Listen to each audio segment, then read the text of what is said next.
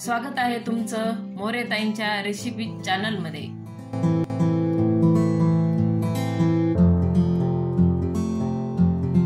चला तर मग व्हिडिओमध्ये पुढे जाण्याआधी बेल आयकॉन दाबून चॅनलला सबस्क्राइब करा आणि सुरू करा मोरेताईंसोबत आजची ही चवदार रेसिपी बनवायला। नमस्कार मंडळी, आज आपण एक नवीन असा नाश्त्याचा प्रकार बघणार आहे, तो म्हणजे मुरमुऱ्यापासून सुशिला। आता सुशिलासाठी काय काय लागणार साहित्य ते आपण बघून घेऊ। हे एक ताट भरून मी असे मुरमुरे घेतलेले, आपण पीठ भिजवायचं ताट आहे का त्या ताटात एक ताट भरून मुरमुरे घेतले। भडंग मुरमुरा घेतलेला आहे, वटाणे घेतलेले, कोथिंबीर, कांदा, बटाटा, हिरवी मिरची, शेंगदाणे आणि टोमॅटो आणि हा कढीपत्ता घेतलेला आहे असा ताजा ताजा। आता आपण आधी मुरमुरे भिजवून घेणार आहे। आपण आता हे मुरमुऱ्याला असं भिजून घेतलं, वाटल्यास याच्यात ठेवायचं, नाही तर चाळणीत असं उपसून ठेवायचं पोह्यासारखं। गॅस पेटवून आपण कढई ठेवलेली, कढईमध्ये तेल टाकले। तेल आपलं गरम झालं की आपण मोहरी टाकणार आहे। तेल गरम झालेले, 1 चमचा मोहरी टाकून घेतली, 1 चमचा जिरे टाकू, कढीपत्ता टाकू,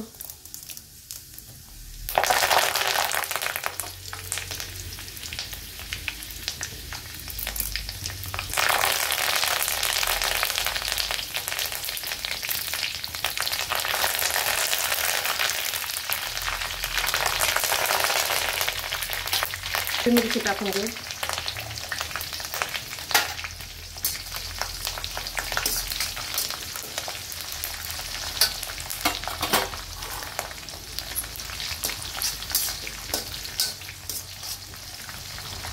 हिरव्या मिरचीला चांगलं आपण परतून घेऊ आता तेलामध्ये, म्हणजे तिखट कमी होतं खाताना।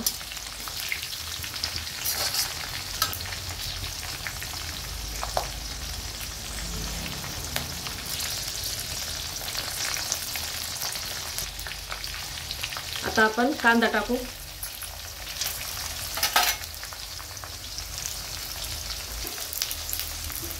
थोडंसं मीठ टाकून घेऊ, म्हणजे मग आपण कांदा टाकलेला आहे ना चांगला पटकन परततो, कलर बदलतो आणि मिरच्या पण चांगल्या तळतात। आपण हे तळून घेऊ सगळं।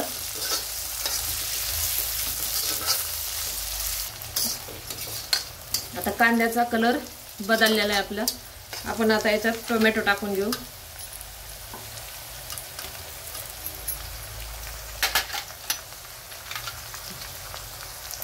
बटाटा पण टाकून घेऊ आणि वटाणे पण टाकून घेऊ। आता आपण याला चांगलं परतून घेऊ कांद्याबरोबर। अजून कांदा जास्त करपायचा नाही, हे असं जेवढा परतलाय का तेवढाच, आणि म्हणजे बाकीच्या भाज्या टाकायच्या। आणि मीठ टाकलेलं आहे ना, तर मिठाने लगेच नरम होते बटाटा आणि कांदा आणि टोमॅटो पण, त्याच्यासाठी अर्धा चमचा तरी मीठ टाकायचं आधी, म्हणजे मग आपण टाकलेल्या भाज्या ना नरम पडतात।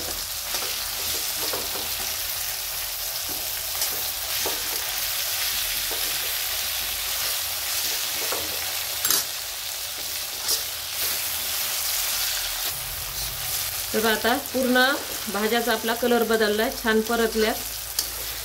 आता आपण शेंगदाणे टाकून घेऊ, शेंगदाणे भाजलेले होते ना त्याच्यामुळे आता टाकायला लागले।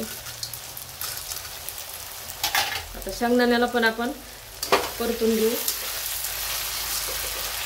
आणि तुम्हाला जर पोहे किंवा उपमा आणि चिवडा ह्या नाश्त्याचा जर कंटाळा आला असेल ना, तर हा सुशिला एकदा नक्की करून बघा माझ्या पद्धतीनं, आणि कसा झाला तो मला कमेंटमध्ये कळवा।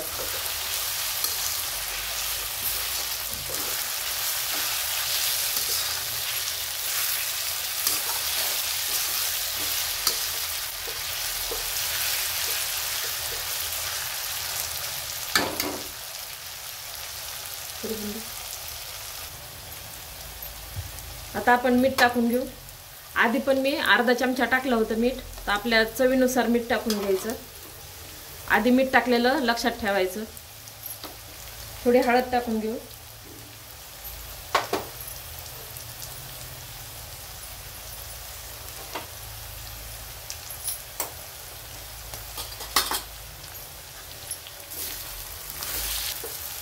आता पूर्ण भाज्या आपल्या व्यवस्थित परतल्या सगळे.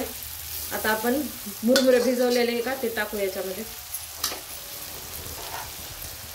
असे पाण्यातून काढून मी उपसून ठेवले होते. आता आपण टाकून घेऊ.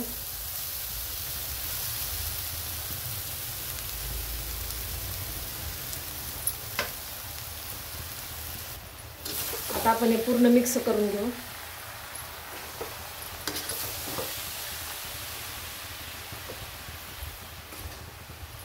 आता आपण कोथिंबीर टाकून घेऊ.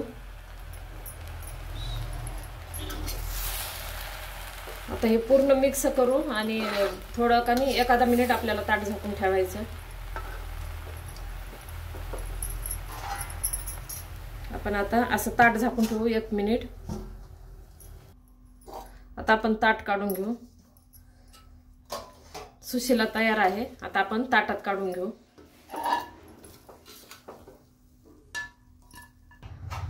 अशा प्रकारे सुशीला तयार आहे. एकदा नक्की ट्राय करा आणि कमेंट मध्ये कळवा.